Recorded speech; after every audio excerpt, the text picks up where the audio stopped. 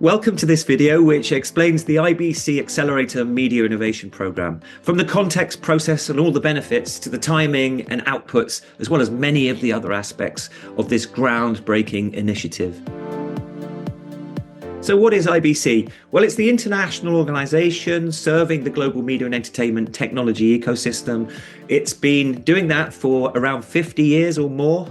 And it is attended by some 45,000 leading executives from across the industry, from across the world. We have 1,350 exhibitors, and it's a show that's created by the industry for the industry. So we are owned by the IEEE, the IABM, the Royal Television Society, the Institute of Engineering and Technology, SIMPTE, and others that actually help us deliver a show that's compelling for the industry. So what are the IBC accelerators and why were they created? Well, it was founded in 2019, and it was really designed to address a number of challenges that were facing the industry, whether it was the big picture of IP transformation from a world of hardware to a world of software and IP, whether it was AI, which was a challenge in 2019, whether it was immersive technology that was coming through, whether it was connectivity and 5G or fiber, and a number of other kind of really important transformational shifts. And in recent times, we've seen all of the disinformation that's swirling around the news sector. So new challenges come along. We don't try to solve these things completely holistically. We take them as bite-sized challenges, and we then try to delve in a matter of months, try to find some solutions or at least some understanding of some of these issues. And we've now delivered 44 projects with about 300 organizations involved.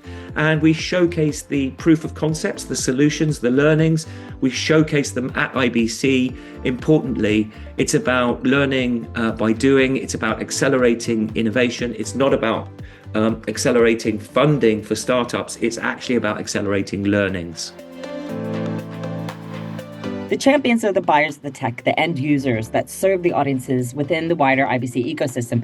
The champions set out the challenges and these proposals to help create the projects and ultimately guide them and validate the solutions along the way toward the road to IBC as we showcase it on stage and at the Accelerator Zone. The participants, these are defined as the vendors and suppliers, the solution providers that step up to the table to talk about their solutions and their technologies and where these come into play, the sellers of the tech and services. There has to be a minimum of 2 champions and 4 participants for every team. However, sometimes the scope ebbs and flows, so we do add on more champions and participants as we go along, but always keeping that North Star and what the challenge wants to achieve and making sure the dynamics run smooth within every single project. The champions and participants work together under one roof under the IBC accelerators, now as teammates, to address complex, common challenges that no one company can ever solve alone. So often when we gather at IBC, we are really discussing some of the big industry challenges, but a lot of the time it really ends with the networking. So bringing together both buyers of technology and their potential vendors to solve some of these challenges at an industry level, at a place like IBC, really does make sense. Absolutely, 1000% yes. We have worked alongside so many world-leading universities and industry consortiums over the last 6 years who have really been integral in helping shape not only the program, but so many of the proof of concepts and the projects that get showcased at IBC and beyond. These include King's College London, Goldsmiths University, University of Strathclyde, Trinity College Dublin, University of California, Southampton, Lucerne, Surrey, Bristol, so many more, the list goes on.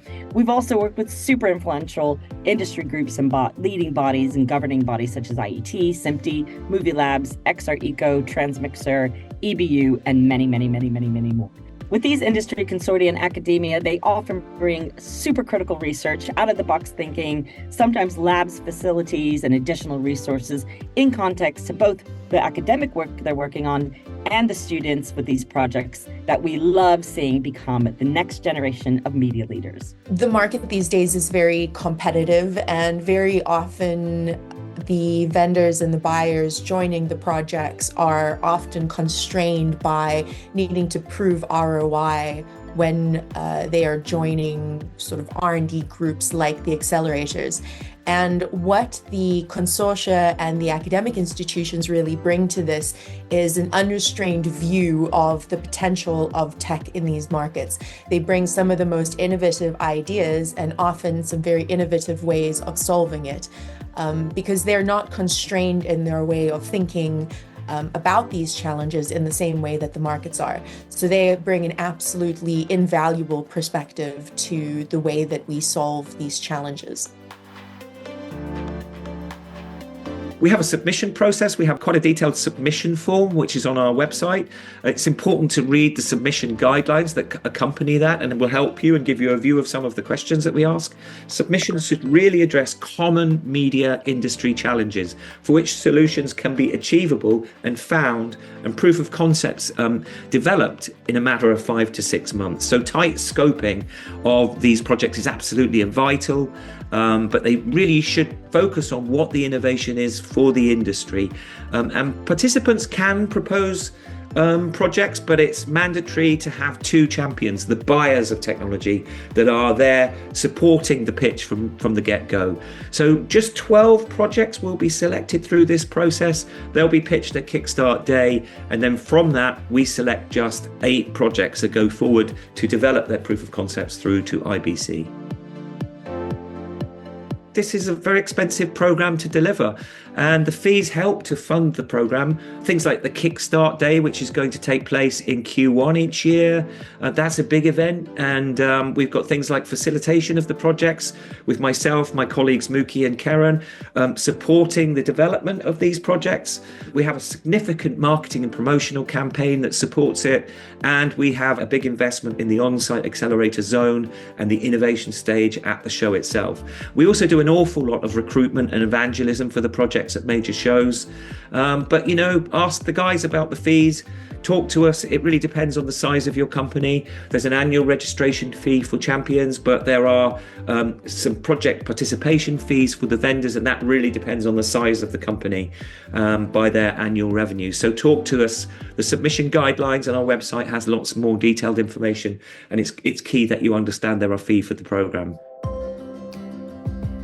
The project teams come together through a combination of like-minded champions who join forces, share the learnings, and drive solutions to these common problems. The champions often reach out and bring together other champions, suppliers, and partners, and participants are also identified at the outset of the proposal or coming on board before or after Kickstart Day to help bring the teams together. Work normally commences on these projects and they get going underway at the beginning of March, but additional champions and participants can join up to the end of May at the very latest.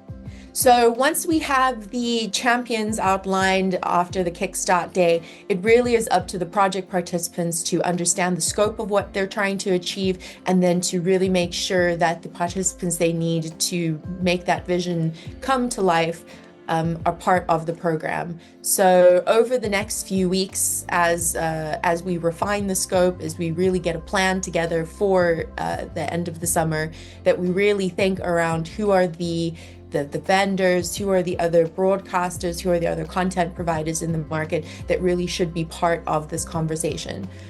And it really is from there that we will understand what the scope of the program is and what it can be, and then what the resources are that we need to make it happen. The value and benefits of the IBC Accelerator program are huge. So many values around innovative solutions that are guided by the end users rather than the technology in the search of the problem really gives everyone an inside track on some of these key pain points. More value lies in regular dialogue between the buyers and sellers each week, between weekly calls, Slack channels, and so forth. Working with peers and learning in the industry of what's been tried, successful, or failed has also been a super key factor. Competition is put aside for the benefit of the industry and the wider collaboration to explore these new technologies.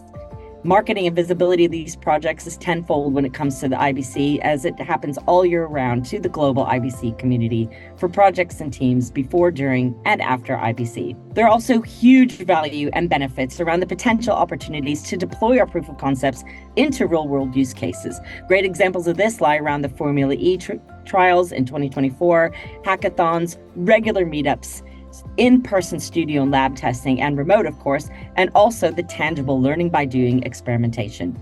Champions also have giant values and benefits of having this platform as thought leadership throughout the duration of IBC and throughout the program. Particularly for vendors in this market, the accelerators are a really interesting way to almost stress test a go-to-market for part of a product or for an idea that you might have, or it could even be for an improvement. Because one of the incredible benefits of this program is that you have the champions to really talk through some of the ways that you want to innovate around this problem. So the value and the benefits of the program are very extensive, and they go far beyond just being in that group and working day to day, but you also get some kind of feedback from the market as you go through the accelerator process. The project outcome opportunities are huge, way apart from the showcase at IBC and on-stage discussions. Some of these include white papers, technical papers, videos, and other project artifacts that result from the proof of concept materials to be used internally or externally towards funding and more. We've also seen huge evangelism at other industry-wide events such as NAB, Mobile World Congress, EBU, and a continuation of some of these projects that the teams want to continue exploring, such as into an incubator format for the next year's accelerators, where there's test beds deployed into real-world commercial trials and deployments. A big part of the 5G private networks that we have deployed in Paris, they started here in the IBC, in the accelerators. And some of our partners, they've started here 4 or 5 years ago. It's because of them and because of the engagement of this community that a technology then comes to life and makes it into the Olympics as well. And I will stress, some of the technologies that we did deploy now, they started here in the IBC accelerators. We've also seen a really great continuation of press, PR, and promotion with so many of these projects that last all year long. Another fantastic key outcome of the IBC Accelerators is our very special Project of the Year award, judged by independent jury of analysts, journalists, and many more in our industry. The winner is announced at our annual Kickstart Day event and promoted all year long. One of the lesser discussed outcomes really is the engagement with the problem at an organizational level. And particularly for our champions, when we're looking at bigger picture issues such as sustainability, it really gives them an opportunity to think about how would we deal with this in our own organization. And I think that real world thinking has laid the basis for how some of these technology projects have been rolled out into the industry with ideas that started in the Accelerator program. So as you can see, the champions and participants that have been involved in past accelerators are hosts of blue chip brands, household media brands, technology companies, large, small, startups, and a host of amazing academia. The Accelerator program is incredible. It's a way for us to innovate. It's the way for us to drive change and positive change. Being able to talk to each other, share with each other, collaborate together has actually been the highlight of the Accelerator program and a real key to its success, I think. In that way, we complement each other. It's like we're all pieces of a wider puzzle in what is a really important mission. We have the submission process, which is typically open around until around the December period, with a little extension sometimes. But then the projects are selected to go forward to Kickstart Day, which always takes place in Q1 each year. And that, where I say, is the 12 projects that get to pitch. And then from Kickstart Day, within about a month or so, we actually have those selections of the projects. Sometimes the projects are merged together where there are really, really important and obvious synergies around some of the submissions. And then the projects typically get underway around the time of the second quarter. And then through the summer, the projects really get underway with development. And of course, we go to all of these events and try to support the recruitment of other project champions and project participants. And we do a lot of evangelism.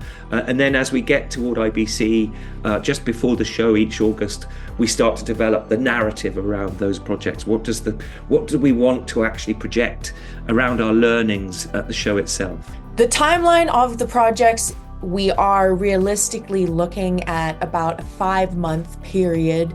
But when you break that down after trying to refine the scope, thinking about who the leads are for different work streams, and then the last month being solely focused on delivery at the show, you are looking at a very intense sprint through the summer.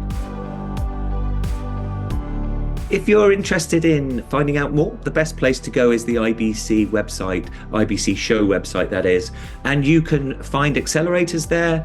And the Accelerator program gives you all sorts of great information, from FAQs to the overview deck on the whole program, to the submission process and all of the previous projects. There's so much material there. I'd definitely recommend having a look at that. And of course, you can always email the team on accelerators@ibc.org.